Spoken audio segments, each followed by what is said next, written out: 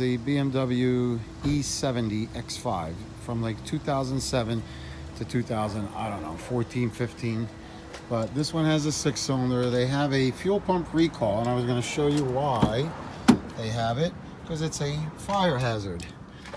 Under the seat where the fuel pump rests, you pull up the cover and you go. Now, first of all, you could see that wiring right there is exposed. Now you go to unplug it, it's supposed to snap in, you hear it, pull it up.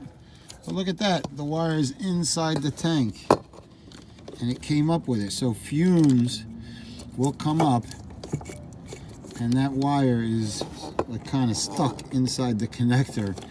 It could spark, could do all kinds of dangerous things. So this is a recall, BMW recall. All these X5s are subject to this.